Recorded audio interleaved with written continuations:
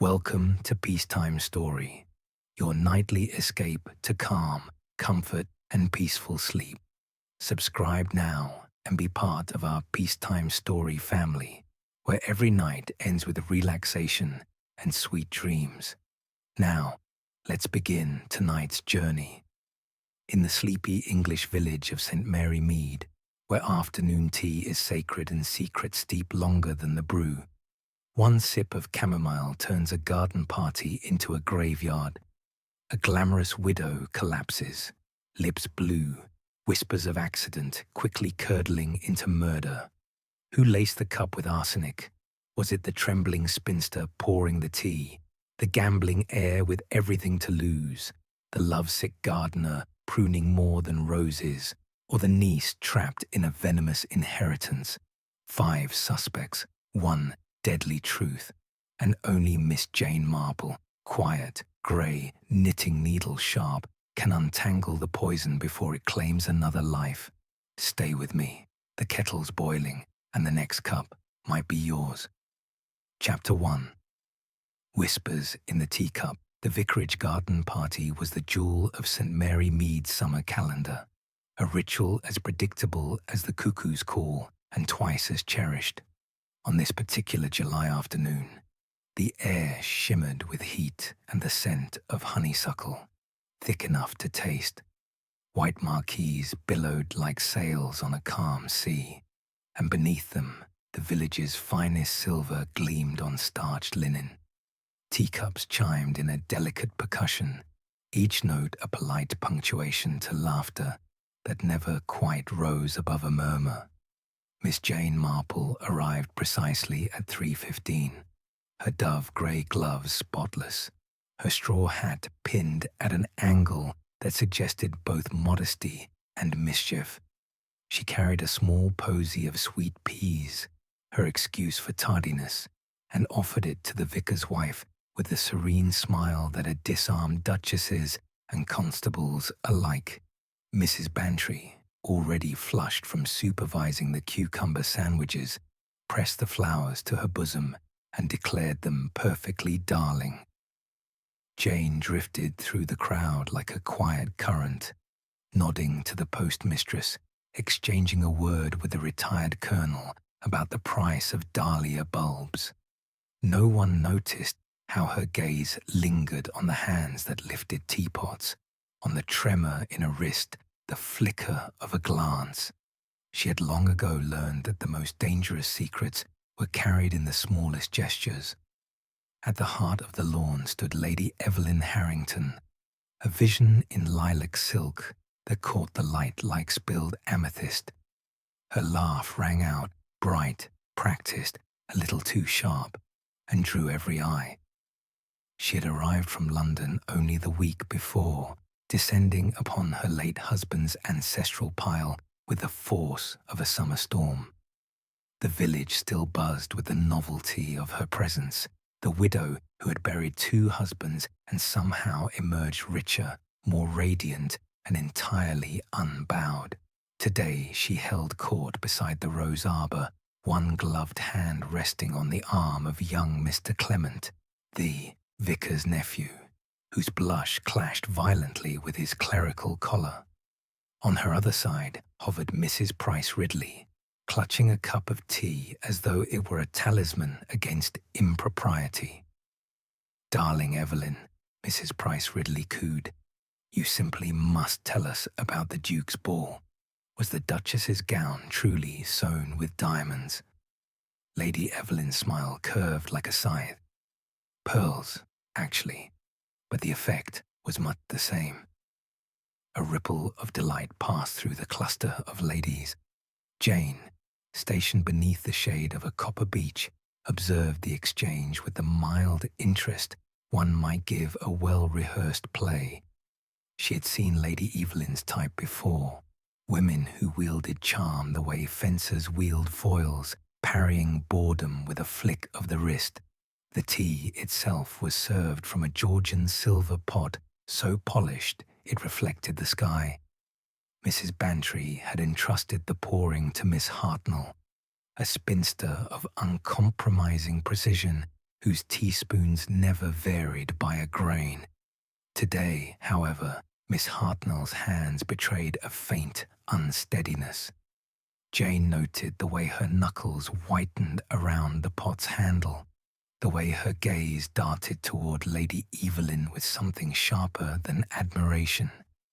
"Chamomile for her ladyship," Miss Hartnell announced, her voice pitched a shade too high. She insists it soothes the nerves. Lady Evelyn accepted the cup with a murmur of thanks. The liquid within was pale gold, steaming gently, fragrant with honey and something faintly metallic that Jane's nose, honed by decades of herb gardens and village remedies, registered as wrong. She took a half-step forward, an instinct she could not name, but the crowd pressed close and the moment slipped away. Lady Evelyn raised the cup to her lips. The garden held its breath. The first sip was delicate, almost reverent. The second never came. Her hand jerked. Porcelain shattered against the flagstones in a spray of gold and white. Lady Evelyn's knees buckled with the grace of a marionette whose strings had been cut. She folded forward, lilac silk pooling around her like spilled ink, and the only sound was the soft, astonished gasp of 30 witnesses. For one suspended heartbeat, the garden was a tableau. Teacups frozen mid-air, mouths open, eyes wide. Then chaos erupted in the politest possible way. "Evelyn!" Mrs. Price Ridley shrieked, dropping her own cup. Young Mr. Clement lunged forward, catching Lady Evelyn's shoulders before her head struck the ground. Her lips, painted a defiant crimson, had already begun to purple at the edges. A thin line of foam glistened at the corner of her mouth. Jane moved against the tide of bodies, her small frame surprisingly deft. She knelt beside the fallen woman, pressing 2 fingers to the throat where a pulse fluttered like a trapped moth. Lady Evelyn's eyes, wide and glassy, fixed on the sky as though reading a message in the clouds. "Dr. Haydock," Jane called, her voice cutting through the babble with the calm authority of a woman who had seen death before. "Fetch him at once." The colonel, red-faced and bellowing, was already sprinting toward the gate. Mrs. Bantry wrung her hands, tears streaking her powder. "The heat," she whimpered. "It must be the heat." But Jane's gaze had dropped to the shattered cup. The tea had soaked into the grass, leaving only a faint stain and a scattering of porcelain shards. One fragment, larger than the rest, bore a smear of something crystalline, like sugar that had melted and rehardened. She pinched it between thumb and forefinger, careful not to disturb the residue, and slipped it into her handkerchief. Dr. Haydock arrived breathless, his black bag swinging. He knelt, listened, sniffed the air with the grim efficiency of a man who had attended too many garden parties, turned tragic. After a moment, he looked up, his face carved in lines of professional sorrow. "She's gone," he said simply. A collective moan rose from the onlookers. Someone began to sob. Miss Hartnell stood apart, her hands clasped so tightly the veins stood out like blue cords. "Poison," Dr. Haydock added, lowering his voice so only Jane and the inspector, who had materialized as if summoned by the scent of scandal, could hear. "Arsenic, I'd wager. The smell. And the lips." Inspector Craddock, a tall man with the patient eyes of a bloodhound, surveyed the scene with the weary competence of one who had investigated too many accidents in sleepy villages. "No one leaves," he said quietly, "not until we've spoken to everyone." The marquise, moments ago a haven of civility, now felt like a cage. Guests milled in confused clusters, their whispers rising and falling like bees around a disturbed hive. Jane retreated to the copper beach, her mind already sifting through the afternoon's fragments. The tremor in Miss Hartnell's wrist, the metallic note beneath the chamomile, the way Lady Evelyn's fingers had tightened on Mr. Clement's arm just before she drank. She was not the only one watching. From the shadow of the rose arbor, a figure detached itself, tall, thin, dressed in mourning black despite the heat. Mrs. Dame Calthrop, the vicar's wife, moved with the purposeful grace of a woman who had long ago ceased to be surprised by human frailty. She paused beside Jane, her gaze fixed on the body now covered by a tablecloth. "Poor Evelyn," she murmured. "She always did insist on having the last word." Jane tilted her head. "Did she strike you as a woman who courted enemies?" Mrs. Dane Calthrop's smile was wintry.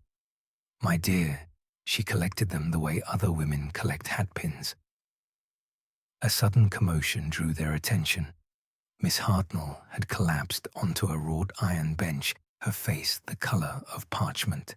Mrs. Price Ridley fanned her vigorously with a hymn sheet.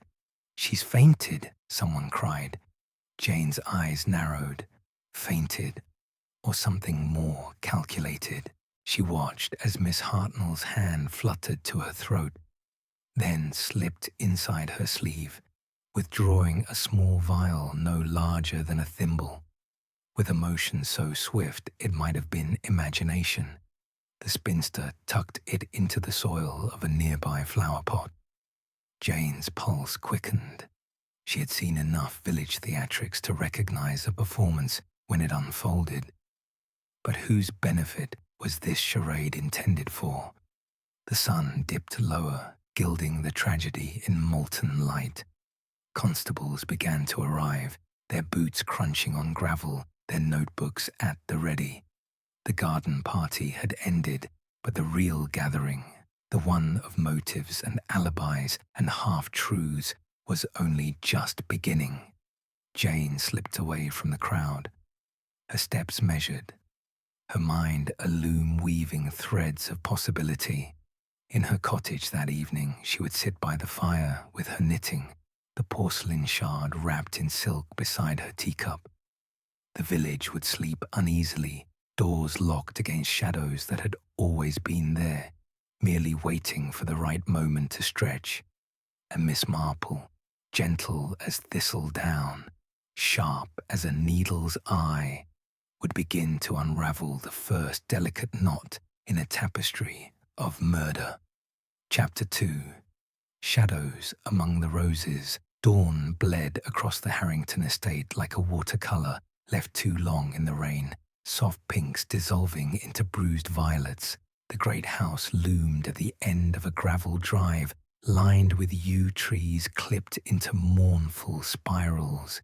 Dew trembled on the petals of late-blooming roses, each droplet catching the light like a tear held in suspension. Miss Jane Marple arrived unannounced, her bicycle propped against the gatehouse, where a constable yawned over yesterday's crossword. She carried a small wicker basket covered with a checkered napkin, scones still warm, an offering no Englishman could refuse. The young officer waved her through with the sheepish gratitude of a man who had not eaten since the previous night's cold pie. Inside the wrought iron gates, the gardens unfolded in disciplined splendor. Boxwood parterres, a sundial choked with ivy, a fountain whose cherub had lost its nose to some long-ago frost. The air smelled of wet earth and something sharper, nightshade, perhaps, or the ghost of yesterday's chamomile. Inspector Craddock met her on the terrace, his trench coat unbuttoned despite the chill. Dark stubble shadowed his jaw. The murder had kept him from his razor. "Miss Marple," he greeted, surprise softening the lines around his eyes. "I might have known you'd be first through the breach." "I brought breakfast," she said mildly, lifting the napkin. "And curiosity. The two often travel together." He accepted a scone, biting into it with the absent gratitude of a man who had forgotten food existed. Crumbs clung to his lip as he spoke. The families in the morning room, doctors with the body in the library, makeshift mortuary until the coroner arrives. We've sealed the vicarage tea. Things. But the cup, he shrugged, a gesture heavy with frustration. Shattered beyond salvation. Jane's gaze drifted to the rose arbor visible through the French doors. Gardens remember what people forget, she murmured. Shall we walk? They moved along a gravel path that crunched like sugar underfoot. The roses were Lady Evelyn's pride, hybrid teas bred for colour rather than scent, their petals the lurid red of arterial blood. Jane paused beside a bush heavy with blooms, her gloved fingers brushing a thorn. A bead of moisture, not dew, clung to the tip. Careful, Craddock warned, the gardener's prickly about his prizes. Mr. Swettenham, isn't it? Jane asked. I remember him from the church flower rota, devoted to his shears. Devoted to more than that, if rumours are true. The inspector lowered his voice. He was seen arguing with her ladyship 3 days ago, something about a bill for rare pesticides. Jane's eyes narrowed thoughtfully. Pesticides often contain arsenic, convenient for a man who knows his poisons. A sudden rustle in the undergrowth made them both turn. A figure straightened from behind a trellis. Tall, stooped, dressed in corduroy the colour of moss. Mr. Swettenham's face was weathered as old leather, his eyes the pale blue of winter skies. Soil streaked his forearms. A pair of secateurs glinted in his hand like a silver claw. Morning, he said gruffly, touching his cap. Didn't mean to startle you, just pruning the dead heads. Jane smiled, the expression as disarming as a warm milk. A thankless task, pruning. One snip too many, and the whole bush suffers. Swettenham's gaze flicked to the secateurs, then away. Some blooms need cutting back before they poison the rest. The words hung between them, heavy as the scent of bruised petals. Craddock's notebook appeared as if by sleight of hand. Mr. Swettenham, were you in the vicarage gardens yesterday? Helped set up the marquees at dawn, left before the guests arrived. The gardener's voice was flat, but his knuckles whitened around the tool. Ask anyone. We will, Craddock assured him. And your greenhouse. Mind if we take a look?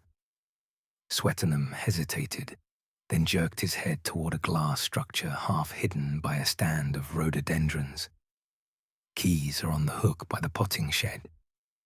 They left him to his roses, the secateur snipping with mechanical precision. Inside the greenhouse, the air was thick with humidity and the sweet rot of overripe tomatoes. Rows of seedlings marched in perfect formation. On a workbench lay a tray of bulbs labelled in meticulous copperplate. Colchicum autumnale, autumn crocus, poisonous to the core. Jane's fingers trailed over a packet of white powder marked arsenate of lead. The seal was broken. A few grains dusted the wood like confectioner's sugar. Careless, Craddock muttered. Or deliberate. Both, Jane said. Softly. A man who leaves poison lying about either trusts too much or fears too little. A shadow fell across the doorway. Miss Clarissa Harrington, Lady Evelyn's niece and heir presumptive, stood framed against the light, her black mourning dress severe against the lush greenery. At 25, she had the brittle beauty of porcelain left too near the fire, cheekbones sharp, eyes the green of oxidized copper. Inspector, she said, her voice cool as the fountain spray. My aunt's solicitor has arrived. He wishes to read the will. She did not look at Jane, but her fingers worried the jet beads at her throat. And the maid found something odd in Aunt Evelyn's dressing table. Craddock's eyebrows rose. Odd how? A glove, Clarissa said. Kid leather, monogrammed with my initials, but I haven't worn kid gloves since I was 16. Jane's interest sharpened. May I see it? Clarissa led them through a side entrance into the house, her heels clicking a staccato rhythm on the marble. The morning room smelled of beeswax and grief. A fire crackled despite the season, tended by a parlour maid whose eyes were red-rimmed. On the mantel, a portrait of Lady Evelyn in her debutante gown gazed down with the serene arrogance of the untouchable. The glove lay on a silver tray like an accusation. White kid, butter soft. The monogram CH stitched in scarlet thread. A faint stain, brownish, flaking, marred the index finger. Blood? Craddock asked. Or arsenic residue, Jane said quietly. She lifted the glove to the light. The staining is on the inside. Whoever wore this held something small. A vial, perhaps. Clarissa's composure cracked like thin ice. It isn't mine, she insisted. I swear it. No one is accusing you, Miss Harrington, Craddock said, though his tone suggested otherwise. Yet, a new voice cut across the room, smooth as spilled cream. Then perhaps you might accuse me instead. Mr. Rupert Harrington, Lady Evelyn's stepson, disinherited these 10 years, leaned against the doorframe, a cigarette smouldering between his fingers. His dinner jacket was rumpled, his eyes bloodshot, but his smile was a blade. Rupert, Clarissa hissed, this is not the time. On the contrary, darling cousin, timing is everything. He flicked ash onto the Aubusson carpet. I was at the vicarage yesterday. Everyone saw me lose £20 at the tombola. Hardly the act of a man planning murder. Jane studied him, the tremor in his left hand, the way his gaze slid from the glove to Clarissa's face and away. Gambler's nerves or guilt. Craddock's patience frayed. Mr. Harrington, where were you between 3 and 4 o'clock? In the refreshment tent, drowning my sorrows in lemonade. Ask the WI ladies. They'll vouch for my sobriety, if not my luck. A sudden clap of thunder rattled the windows. Rain began to fall in earnest, drumming on the glass roof of the conservatory adjacent. Jane moved to the French doors, drawn by the sound. Through the downpour, she saw Mr. Whodunit sprinting across the lawn, something clutched against his chest. Inspector, she said sharply. Craddock followed her gaze. What the devil? They ran. The rain lashed their faces, turning the gravel to slurry. Whodunit reached the greenhouse, flung open the door, and disappeared inside. By the time they arrived, soaked and breathless, he was on his knees beside a workbench, frantically scrubbing at something with a rag. Stand away, Craddock barked. Whodunit froze. The rag fell from his fingers, revealing a small glass bottle, empty, its label peeled half away. The remnants of the label read, "Nick," in faded ink. Arsenic, Jane said, her voice carrying the weight of certainty. And recently emptied. Whodunit's shoulders sagged. It wasn't for her, he said hoarsely. Rats in the potting shed. I swear it. Craddock hauled him to his feet. We'll discuss rats at the station. As the gardener was led away, his boots leaving muddy prints like accusations, Jane lingered in the greenhouse.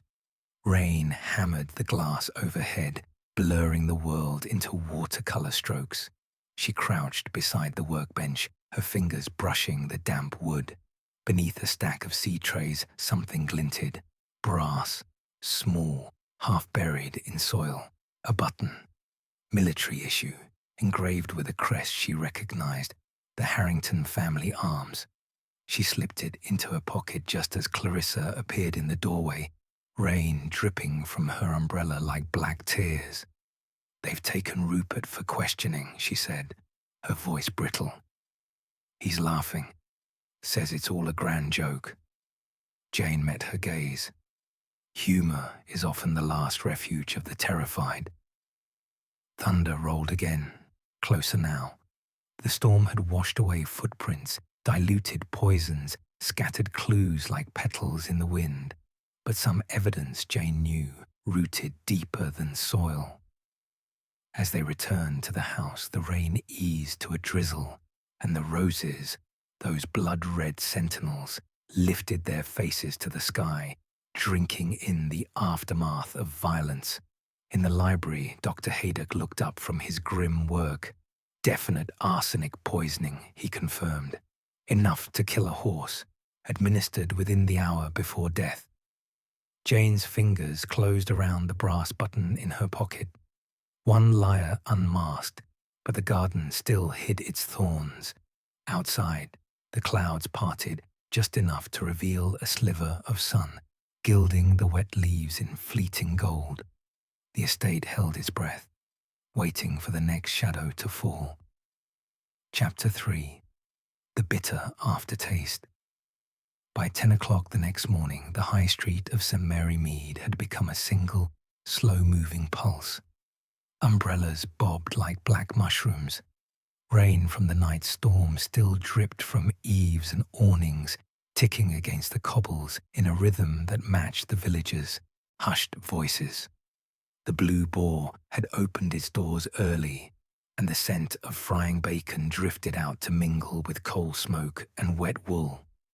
Miss Marple entered the tea shop on the corner, Mrs. Glitch's Primrose Cafe, newly painted in a shade of lavender that made the postmistress sneeze, and chose a table beneath a watercolor of cows that no one had ever seen in the district.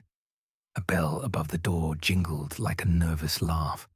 Mrs. Glitch herself bustled over, apron crisp, eyes bright with the hunger for news. "Miss Marple, you poor dear, after yesterday, a cup of my special lapsang and a scone to settle the nerves." "Earl Grey, please," Jane replied, "and perhaps one of those almond biscuits. I find clarity comes more readily with a touch of sweetness." She arranged herself with the precision of a chess player, handbag on the chair beside her, gloves folded just so. From this vantage she could observe the entire room. The three farmers arguing over milk quotas, the curate pretending to read his newspaper while his ears strained toward every syllable, and, most importantly, the corner table where Miss Hartnell sat alone, shredding a paper doily into lace. The spinster's hands had not stopped trembling since the vicarage. Today she wore a charcoal dress buttoned to the throat, as though grief could be fastened in place. A half-eaten bath bun lay on her plate, its currants staring up like tiny black eyes.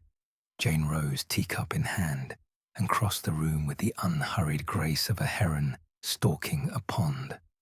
"Miss Hartnell, may I join you? Solitude is a luxury, but conversation can be a balm." Miss Hartnell startled, the doily fluttering to the floor like a dying moth. "Miss Marple, yes, of course." Jane settled opposite her. Steam curled between them, carrying bergamot and bergamot's darker cousin, fear. "You poured the tea yesterday," Jane began, voice soft as thistledown. A heavy responsibility when one considers how much trust we place in the hand that steadies the pot. Miss Hartnell's fingers tightened around her cup. "I followed her ladyship's instructions to the letter. Chamomile, 2 lumps, a slice of lemon." Her gaze flicked to the window, where rain traced crooked paths down the glass. She always insisted on lemon. Yet the cup that reached her lips held something more bitter. Jane sipped her tea, eyes never leaving the other woman's face. "Arsenic has a peculiar taste. Garlic, some say, though I've always thought it closer to burnt almonds." Miss Hartnell paled beneath her powder. "I tasted nothing, I swear it." "No one suggests you did." Jane set her cup down with a delicate click. but hands can tremble for reasons other than age. A silence stretched, thin and sharp. Outside, a delivery boy cycled past, whistling a tune from the last year's music hall. At last, Miss Hartnell whispered. She was going to expose me. Jane waited. Years ago, before the war, I kept house for a gentleman in Bath. He died suddenly. There were questions, nothing proven, but Evelyn had letters. She threatened to show them to the church council unless her voice cracked, unless I paid, every quarter, in cash. Blackmail. The word hung unspoken, yet it flavored the air like spoiled milk. Jane's expression remained serene. And yesterday, I refused. For the first time, she laughed, said the next installment would be my reputation. Miss Hartnell's shoulders shook. I thought if she were silenced, she pressed a fist to her mouth. But I didn't. I couldn't. Jane reached across the table, her touch feather light on the woman's wrist. Courage takes many forms, my dear. Sometimes it is simply refusing to act. Mrs. Glitch chose that moment to sweep in with a fresh pot, her curiosity a palpable force. Jane released Miss Hartnell's hand and smiled blandly. Another biscuit, perhaps. The moment passed, but the confession lingered like incense. By noon, the rain had softened to a mist that turned the village into a watercolor left too long in the damp. Jane walked the short distance to the police station, a squat red brick building that smelled of carbolic and wet dog.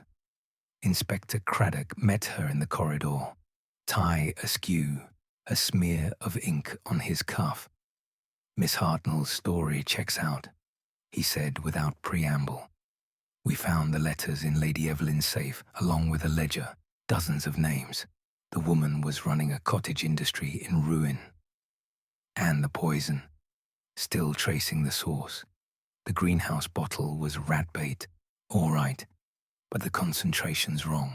Someone diluted it, then strengthened it again. Clever. He rubbed his temples. We're bringing in the apothecary, Mr. Pye, keeps a locked cabinet for the dangerous stuff. Jane nodded. May I see the ledger? Craddock hesitated, then led her to a side room where the book lay open beneath a green-shaded lamp. The pages were vellum, the entries in Lady Evelyn's looping hand, dates, sums, initials. MH appeared quarterly, 25. Others were larger, RH 200, CH 150 la. Rupert and Clarissa, both in debt to the dead woman's silence. A separate sheet, tucked between pages like a pressed flower, caught Jane's eye. A prescription form, torn from a doctor's pad, made out to Mrs. E. Harrington for Fowler's solution, arsenic drops for nerve tonic. The signature was illegible, but the date was 3 weeks old. Forged, Craddock said. Haydock never wrote it. Jane traced the looping E with a gloved finger. Someone needed a legitimate reason for arsenic to be in the house. A prescription is camouflage. A constable burst in, raincoat dripping. Sir, message from the estate. The maid found a hidden compartment in her ladyship's jewellery box, diamonds, papers, and a second will, dated last month. Leaves everything to a cat's home in Devon. Craddock swore softly. That explains the panic. Jane's mind raced ahead, fitting pieces like tesserae in a mosaic. We need to speak to Mr. Pye, now. The apothecary's shop squatted between the butcher and the lending library, its bow window crowded with bottles of violet syrup and tonic wine. Inside, the air was thick with licorice and camphor. Mr. Archibald Pye, small, bird-like, spectacles perched on a beak of a nose, looked up from his pestle with the wariness of a man who measured life in grains. Inspector, Miss Marple, he greeted, wiping his hands on a towel the colour of old bones. Tragic business. I dispensed Lady Evelyn's tonic myself, half a dram, no more. Craddock laid the forged prescription on the counter. This says otherwise. Pye's face drained of colour.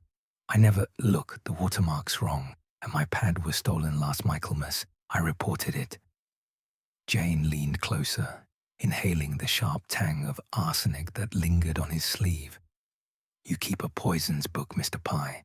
May we see yesterday's entries? With trembling fingers, he produced the ledger. The last sale, arsenic trioxide, 10 grains, to Mr. Swettenham, for greenhouse use. Signed and witnessed, but beneath, in fresher ink, return of 5 grains, unused. The signature was a scrawl, E.H.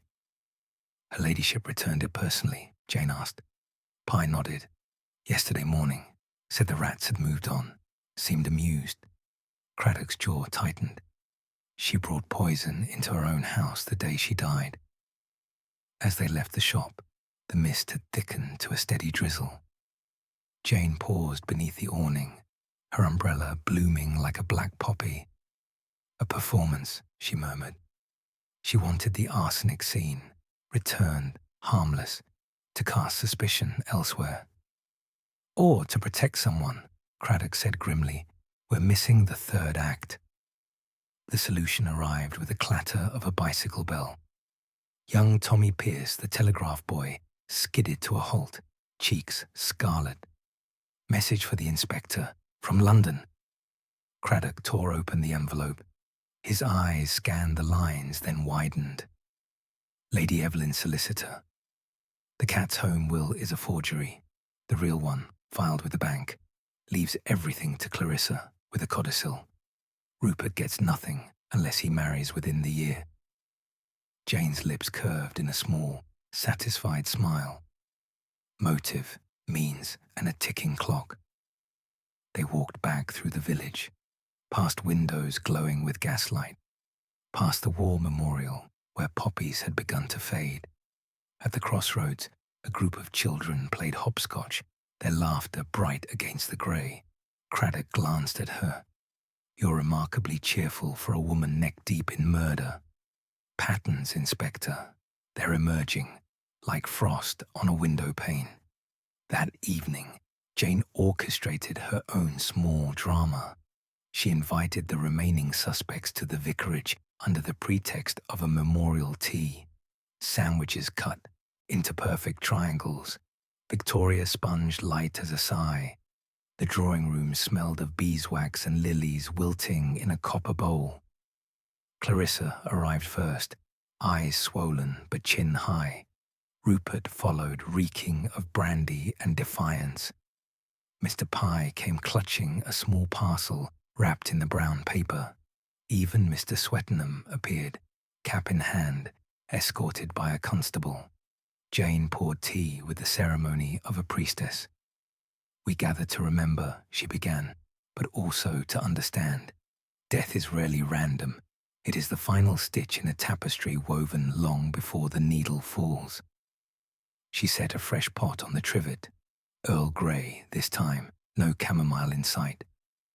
Beside it lay the forged prescription, the ledger page, the brass button from the greenhouse. Clarissa's hand shook as she accepted her cup. What is this charade? A tasting, Jane said simply, of truth. She produced a small silver spoon and stirred each cup in turn, the metal singing against porcelain. Arsenic is tasteless in small doses, but cumulative. Lady Evelyn knew this. She dosed herself for weeks, tiny amounts, building tolerance, a performance of frailty to mask the real poison administered yesterday. Rupert laughed, a brittle sound. You're mad. Am I? Jane lifted the brass button. This fell from your coat in the greenhouse, Mr. Harrington. You were seen arguing with Swettenham at dawn, paying him, perhaps, to tamper with the rat bait. Swettenham lunged forward, only to be restrained. He offered me £50 to swap the bottles, said it was a joke on his stepmother. Clarissa gasped. Rupert, no. But Jane's gaze had fixed on Mr. Pye. "And you, sir, provided the means." A returned bottle, half empty, refilled with something far deadlier. Pye crumpled, the parcel falling from his fingers. Inside, a vial, still bearing traces of white powder. "She promised me a partnership," he whispered. "A shop in Bond Street. All I had to do was look the other way." The room erupted. Accusations, denials, the clatter of a dropped saucer. Craddock's men moved in, cuffs gleaming. Later, in the conservatory's moonlit hush, Jane stood among the ferns, the scent of earth and night-blooming nicotiana thick around her. Craddock joined her, lighting a cigarette with shaking fingers. "Swettenham's confession seals it," he said. "Rupert planned to frame Clarissa with the glove, plant arsenic, inherit through marriage. Pye supplied the poison for a cut of the estate. Lady Evelyn's own tolerance was meant to be her shield, but they doubled the dose." Jane nodded. "Greed is a poison slower than arsenic, but no less fatal." Outside, the rain had stopped. Stars pricked the sky like scattered diamonds. Somewhere, a nightingale began to sing, a clear, liquid note that carried across the village, over rooftops and gardens, into the quiet hearts of those who had almost been consumed by shadows. Jane closed her eyes, letting the melody wash the bitterness away. One web untangled, but the loom of human nature stood ready with fresh threads. Chapter 4. Venom in the Vale fog arrived at Harrington Hall before the milk cart, rolling in from the river like a living thing, thick, pearl grey and hungry. It swallowed the gravel drive, the stone lions flanking the entrance, the very edges of the world, until the house seemed to float in a cloud of its own making. Inside, the clocks had been stopped at the hour of Lady Evelyn's death, their silence louder than any chime. Miss Jane Marple stood in the grand entrance hall, umbrella dripping onto the black and white tiles. She had come ostensibly to return a borrowed book of pressed flowers, but the constable at the door knew better than to question her. He took the parcel with a nod and waved her through. The air inside was colder than the fog, laced with the scent of damp plaster and something metallic. Old blood, perhaps, or simply the memory of it. Portraits glared down from the walls, Harrington ancestors in velvet and lace, their eyes following her as she climbed the main staircase. On the landing, a suit of armor stood sentinel, its visor lifted to reveal nothing but darkness. Clarissa Harrington waited in the doorway of the late lady's boudoir, wrapped in a shawl the color of storm clouds. Her face was pale, but her eyes burned with a feverish clarity. "They let Rupert go," she said without greeting. "Lack of evidence," they said, as if intent isn't evidence enough. Jane stepped past her into the room. It was a confection of rose silk and gilt, now marred by the chaos of investigation.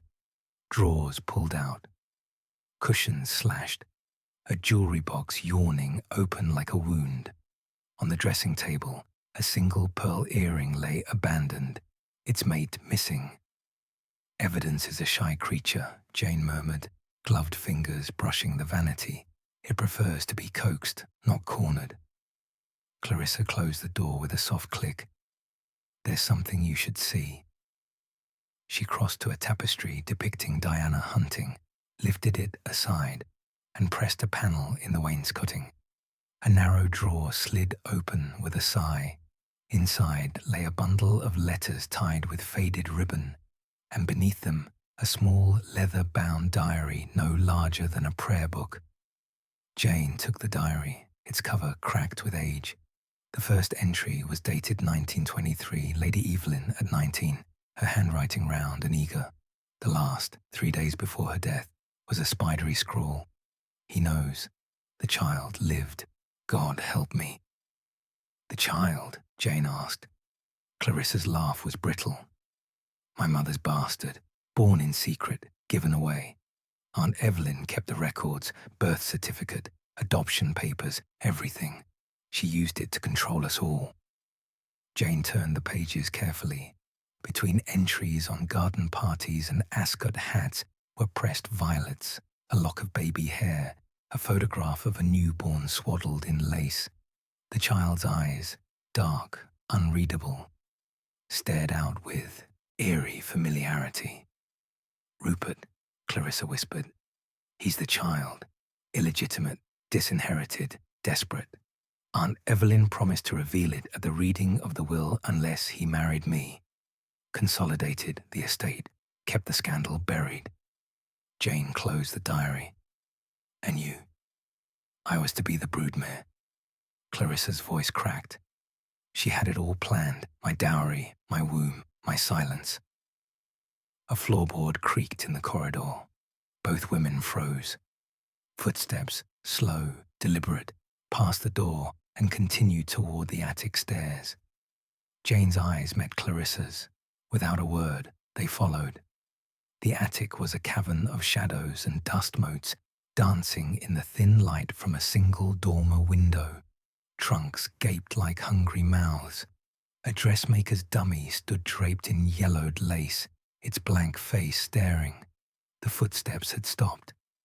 Jane moved forward, her sensible shoes silent on the worn boards. She found Rupert crouched beside a cedar chest, its lid thrown back. Inside were bundles of cash, crisp Bank of England notes, and a revolver wrapped in oilcloth. He looked up, eyes wild. "It's not what you think." "Then enlighten us," Jane said calmly. Rupert's laugh was hollow. "Insurance." Against the day she decided I was more trouble alive than dead. He lifted a bundle of letters, carbon copies of the ones in the diary. She kept duplicates in case the originals were destroyed. Clarissa stepped forward, voice trembling with rage. "You were going to run." "Run?" Rupert's smile was bitter. "I was going to buy a new life, in Argentina, with or without you." Jane's gaze fell on something glinting among the banknotes, a small glass vial, empty, its cork stopper missing. The label was handwritten, nightshade extract, handle with care, belladonna, not arsenic. She picked it up between thumb and forefinger. This wasn't for rats. Rupert's face drained of color. I found it, in the greenhouse, after Whodunit was arrested." "Liar," Clarissa spat. "You were seen in the conservatory at midnight. The maid heard glass breaking." Jane turned the vial to the light.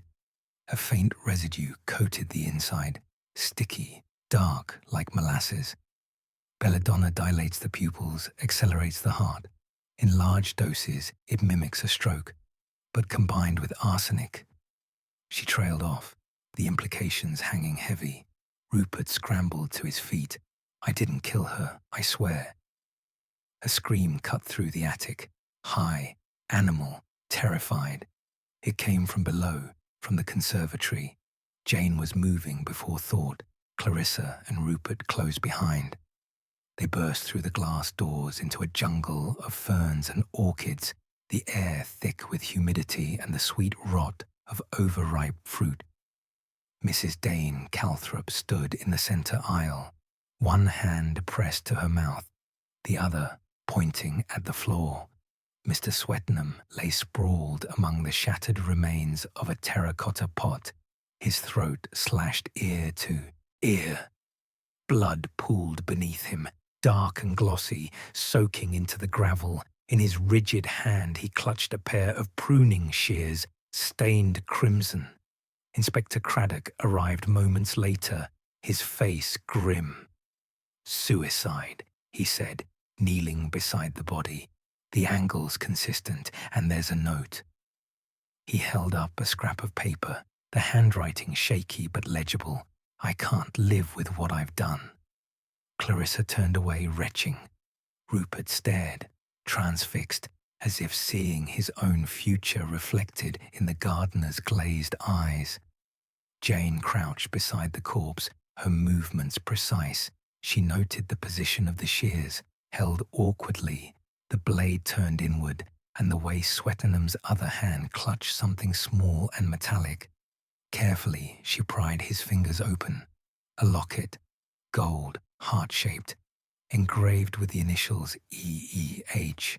Inside, a miniature portrait of Lady Evelyn at 20, her smile radiant and cruel. Craddock's eyes narrowed. He was in love with her. Obsessed, Jane corrected. She used him the way she used everyone, promised him the greenhouse, a legacy, perhaps even herself, then discarded him when he became inconvenient. Rupert laughed, a broken sound. So he killed her out of spite, then himself out of guilt. Case closed. But Jane was already moving, her gaze sweeping the conservatory. She stopped at a workbench where a row of belladonna plants grew in neat pots, their black berries gleaming like tiny obsidian eyes. One plant had been stripped bare. "Belladonna," she said, "the devil's cherries." Swettenham cultivated them for her ladyship's migraines. A few berries in the chamomile would mask the taste, accelerate the poison's effect. Craddock nodded slowly. But the arsenic was the distraction. The belladonna was the coup de grace. Jane turned to Rupert. "You knew, didn't you? That's why you were in the greenhouse, to destroy the evidence." Rupert's defiance crumbled. She was going to ruin me. Everything. I thought if I could make it look like suicide. Clarissa slapped him, the sound sharp as a gunshot. "You coward." Craddock signaled to his men. "Rupert Harrington, I'm arresting you for conspiracy to murder." But Rupert was already moving, shoving past Clarissa, sprinting toward the French doors. He flung them open and disappeared into the fog, his footsteps swallowed by the mist. Jane didn't follow. She stood among the orchids, the locket warm in her palm, and listened to the silence that followed violence. Somewhere in the distance a dog barked once, then thought better of it. Later, in the library, she sat by the fire with Mrs. Dane Calthrop, who had recovered enough to pour brandy with a steady hand. "You knew," Jane said quietly, "about the child, about all of it." The vicar's wife stared into the flames. "Evelyn confessed to me years ago in this very room, said she'd done terrible things for love. I thought she meant the affairs, the money, not..." She gestured vaguely toward the conservatory. "Love poisons slowly," Jane said. "Jealousy faster, and desperation fastest of all." Outside, the fog began to lift, revealing the gardens in shades of wet emerald. Search parties fanned out across the estate, their lanterns bobbing like will-o'-the-wisps. Rupert would be found, hiding in the potting shed, perhaps, or trying to cross the river. The net was closing.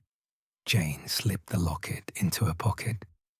Tomorrow she would return it to Clarissa along with the diary, the letters, the truth. Some poisons needed airing, lest they fester. As she left the house, the sun broke through for the first time in days, gilding the fog in molten gold. The roses in the border lifted their heads, heavy with dew, and for a moment the world seemed washed clean. But Jane knew better. Beneath the petals, the thorns remained. Chapter 5. The gentle unmasking. The church of St. Mary Mead had never looked more innocent. Sunlight poured through the stained glass west window, scattering rubies and sapphires across the flagstones, turning the dust motes into slow-dancing fireflies. Lilies stood in brass vases on the altar, their scent heavy and funereal. Yet the pews were only half full, mourners in Sunday black, curious villagers in weekday tweed, and one small woman in dove grey who sat 3 rows from the back with her gloved hands folded like a child at prayer. Miss Jane Marple had chosen the memorial tea herself. No vicarage this time, no garden marquee. The vestry had been cleared of hymnals and flower rotas. Instead, a single round table stood beneath the rose window, draped in damask the colour of clotted cream. A silver samovar hissed gently, flanked by porcelain cups so thin they seemed made of eggshell. Cucumber sandwiches, seed cake, and a single Victoria sponge waited in perfect symmetry. No chamomile, no sugar bowls. Inspector Craddock arrived first, trench coat folded over his arm, the weariness of 3 sleepless nights etched into the lines around his eyes. He nodded to Jane, a silent acknowledgement of the script they had rehearsed in whispers the night before. Behind him came Clarissa Harrington, veiled in black lace, her spine straight as a ruler. Rupert followed, wrists bandaged from the thorn hedge he'd tried to crawl through at dawn, his smirk brittle as burnt sugar. Mr. Pye, the apothecary, shuffled in last, clutching a parcel wrapped in brown paper, his spectacles fogged with nerves. The heavy oak door closed with a thud that echoed like a judge's gavel. Jane rose. The room hushed, as if the lilies themselves leaned in to listen. "We gather," she began, voice soft, yet carrying to the rafters, "to remember Lady Evelyn Harrington. But memory is a double-edged gift. It comforts, and it cuts. Today we shall let it cut cleanly." She moved to the samovar, lifted the lid, and let the steam curl upward like incense. Tea is a ritual of trust. We place our lives quite literally in the hands of the pourer. Yesterday, that trust was poisoned. Today, we restore it. With deliberate grace, she filled 5 cups, 1 for each person present, and set them on a silver tray. Into the first, she dropped a single lump of sugar from a bowl marked with a tiny blue forget-me-not. Into the second, 2 lumps. The third received none. The fourth, a pinch of something from a twist of paper. The fifth, nothing at all. Clarissa's breath hitched. "What is this?" "A demonstration," Jane replied, "of choices."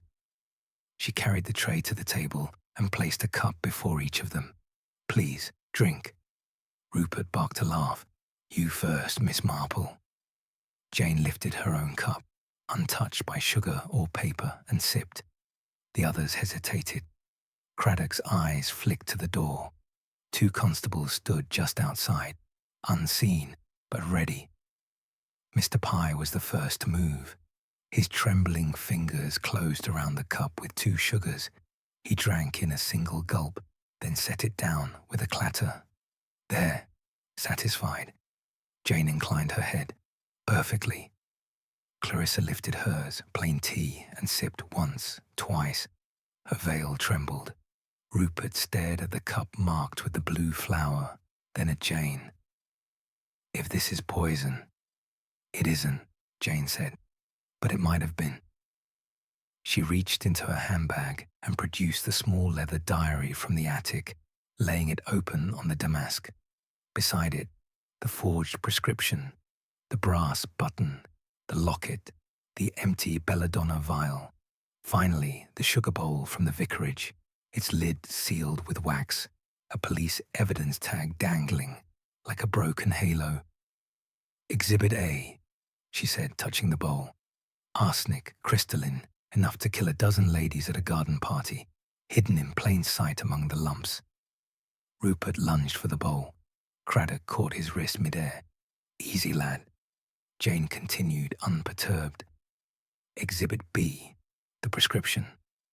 Forged, yes, but on paper stolen from Dr. Haydock's surgery by someone who knew his handwriting well, someone who visited him weekly for nerve tonic." She looked at Mr. Pye. "You, sir, dispensed arsenic to Lady Evelyn for months. Small doses. She built tolerance. A clever shield." Pye's mouth opened, closed. No sound emerged. "Exhibit C, the diary. It tells us why. A child, Rupert, born in shame, hidden, then dangled like a carrot over a starving man. Marry Clarissa, keep the secret, inherit everything, refuse, and be ruined. Clarissa's veil slipped. Tears streaked her powder. She was monstrous. She was human, Jane corrected gently. And humans, when cornered, strike. She turned to Rupert. You struck first. You paid Whodunit to swap the rat bait for pure arsenic. You planted the monogrammed glove in Clarissa's drawer. You thought belladonna in the chamomile would finish what the arsenic began. But Whodunit loved her. Twisted, desperate love. When he realized you'd used him, he tried to confess. You silenced him in the conservatory with his own shears. Rupert's face contorted. Lies! Jane lifted the sugar bowl, broke the wax seal with a thumbnail. Inside, the lumps were pristine white, except one, slightly yellowed, crystalline. She tipped it into her palm. This grain matches the residue on Whodunit's fingers. He handled it the night before the party, preparing the trap. But you, Rupert, were seen in the kitchen at 2 a.m. The maid thought you were stealing brandy. You were stealing death. She set the grain on the table. It glittered like a tiny diamond. Craddock stepped forward. Rupert Harrington, you're under arrest for the murders of Lady Evelyn Harrington and Mr. Whodunit. Rupert moved like a cornered fox. He seized the seed cake knife, brandished it wildly. Clarissa screamed. Pye shrank back, but Jane, small, grey, implacable, simply lifted the samovar lid and flung scalding tea in a perfect arc. Rupert howled, the knife clattering to the floor. Craddock's men surged in, cuffs flashing. As Rupert was dragged away, still cursing, Jane turned to Mr. Pye. You supplied the belladonna berries. You knew what they were for. Accessory before the fact. Pye collapsed into a chair, spectacles sliding down his nose. She promised me a future, he whispered. I was tired of measuring cough syrup for farmers' wives. Clarissa stood alone by the rose window, sunlight fracturing through her veil. And me? She asked, voice raw. What am I guilty of? Jane's gaze softened. Of being young and afraid. You knew about the will, the marriage clause. You confronted your aunt the night before the party. She laughed at you. You left in tears, but you did not poison the tea. Clarissa's knees buckled. Craddock caught her elbow, steadying her. You're free to go, miss. For now. The room emptied slowly. The constables marched Rupert and Pye into the waiting van. Clarissa walked out into the churchyard, veil discarded, face lifted to the sun as if seeing it for the first time. Only Jane and Craddock remained among the lilies and the cooling tea. He lit a cigarette with shaking fingers. You took a risk, Miss Marple. That sugar bowl was emptied and refilled with harmless cubes before I arrived, she said. But Rupert didn't know that. Fear is a mirror. It shows us what we most dread. Craddock exhaled smoke toward the vaulted ceiling. Whodunit's suicide note. Written under duress, Rupert held the shears to his throat, forced the confession, then staged the scene. The angle was wrong. Whodunit was right-handed. The cut began on the left. Craddock shook his head, half in awe. You should be on the force. Jane smiled, the expression crinkling the corners of her eyes. I prefer knitting, Inspector. Fewer forms to fill. Outside, the church bell tolled 4. Villagers emerged from cottages, drawn by the commotion, forming a respectful semicircle around the police van. Rupert's shouts faded as the engine roared to life. Clarissa stood beneath the yew tree, pressing the diary to her chest like a shield. Jane joined her. The estate is yours now. The real will was never revoked. Use it wisely. Clarissa's voice was steady. I'll sell the house, fund a home for unwed mothers. Let the secret die with her.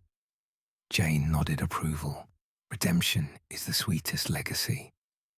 That evening, she cycled home through lanes scented with honeysuckle and warm bread. Her cottage glowed amber in the dusk, the kettle already singing. She sat by the fire with her knitting, soft blue wool for a christening shawl, and let the needles click in gentle rhythm. The case was closed, the poison flushed from the village veins. Yet as she worked, her mind drifted to the sugar bowl, the diary, the locket, small objects that had held entire worlds of pain. She thought of Clarissa, free but scarred, of Rupert, caged by his own greed, of Swetnam, buried tomorrow in unconsecrated ground. Human hearts, she reflected, were like gardens, some cultivated roses, others nightshade. The difference lay in the hand that tended them. Outside, the stars came out one by one, bright and indifferent. Jane finished her row, snipped the yarn, and smiled into the firelight. Another knot untangled, another village restored to its quiet, deceptive peace. And somewhere, in the hush between ticks of the mantel clock, Miss Marple began to plan her next cup of tea.